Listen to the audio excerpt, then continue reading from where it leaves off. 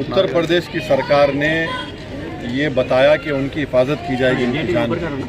और जब उनकी फैमिली कह रही है कि उनको स्लो पॉइजन दिया गया है जिसकी वजह से उनकी मौत हुई है, और उनके बड़े भाई जो एमपी हैं वो ये कह रहे हैं कि जिस जेल से अस्पताल को लेकर गए वहाँ पर वो कंसर्न डॉक्टर्स नहीं थे जो पॉइजन उनको दिया गया, और उसके बाद उनको फ़ौरन एक दिन के अंदर या 2 दिन के अंदर वापस हॉस्पिटल जेल भिजा दिया गया, जिससे उनकी मौत वाकई में हुई है। तो मैं ये चाहूँगा कि इसकी एक सही तरीके से इंडिपेंडेंट इंक्वायरी हो, और जो फैमिली कह रही है उसको सीरियस लेने की ज़रूरत है। ये दूसरा ऐसा वाक़या हम देख रहे हैं कि कन्विक्टेड प्रिजनर को जुडिशियल कस्टडी में उनकी मौत हुई है। एक को तो शूट आउट हुआ, अब यहाँ पर स्लो पॉइजन जो उनकी फैमिली कह रही है उससे उनकी मौत वाकई में हुई। सर अब तो मतलब इस पे जो पॉलिटिक्स हो रहा है, राजनीति हो रहा है, इस पे आपका क्या कहना है? क्योंकि देखिए पॉलिटिक्स का सवाल नहीं है, क्या पॉलिटिक्स हो रही है। नहीं सुनिए, एक आदमी तो मर गया जो जुडिशियल कस्टडी में है, ठीक है, कोर्ट ने उनके ऊपर सेंटेंस दिया, मगर आपकी कस्टडी में है, जुडिशियल कस्टडी में है, और ये तो दूसरा वाकया है।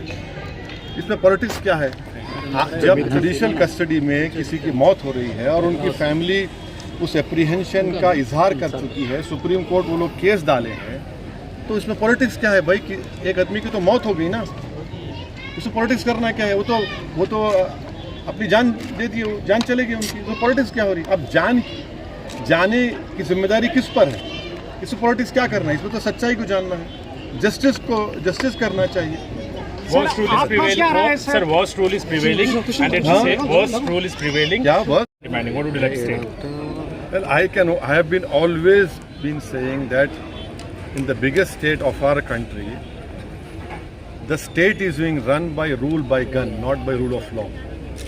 And this is the second instance wherein a person has died in judicial custody. The whole world had seen that earlier. 2 convicted prisoners, one happened to be an ex-MP, was shot dead. Mr. Ansari was an ex-MLA, and he was in judicial custody. And when this family has filed a case in Supreme Court, stating to the Honorable Supreme Court that there is an apprehension by the family that he will be killed inside the prison. Now he dies, and the family say that slow poison was given. And the surprising and shocking thing is that he was not taken to a specialist hospital. He was taken to a hospital where no proper medical attention was given to him. And the most surprising thing and shocking thing is that within a short span of time he was sent back to the prison. So definitely what the family is demanding, I hope that the Uttar Pradesh government, in the interest of justice, in the interest of rule of law, will have an impartial inquiry, and the whole world should know what has happened. This is not on. This is not how people just go away, just die in a judicial custody. Sir आपको क्या लगता है कि उत्तर प्रदेश जेलों में सुरक्षा नहीं है? सर इस तरह के कई सारे पिछले बार भी माइनॉरिटीज पे आपने बात भी उठाई, माइनॉरिटीज को वहाँ पर मारा जा रहा है, तो इस तरह के आरोप है। नहीं, आप सवाल आप भी कर रहे हैं, मेरा जवाब भी आप दे रहे हैं, तो सही है बिल्कुल। Sir one last question. नहीं सर, क्या सुरक्षा नहीं है क्या उत्तर प्रदेश नहीं, अब देखिए, अगर कोई हथकड़ी में 2 प्रिजनर्स हैं और उनको पुलिस के सामने उनको गोली चला दी जाती है, और अगर कोई वहाँ के मुख्यमंत्री के बारे में कुछ फेसबुक पे अनाप शनाप बकले, तो 48 घंटे में आप पहुँच जाते उसको। ये क्या हो रहा है? ये कैसे हो रहा है?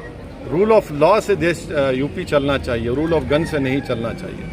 इससे संविधान के ताल्लुक से, कोर्ट्स के ताल्लुक से जो इकबाल होता है ना, उस इकबाल को बरकरार रखना चाहिए। Sir, you are a barrister, so 600 lawyers writing a letter to CJI and Prime Minister calling it bullying, and Congress is known for this. I am neither a spokesperson for both the parties, thankfully. But how do you see, sir? No, I need not answer on this. I am not a spokesperson for both these parties. They have their own people to answer. Thank you. Thank you, sir.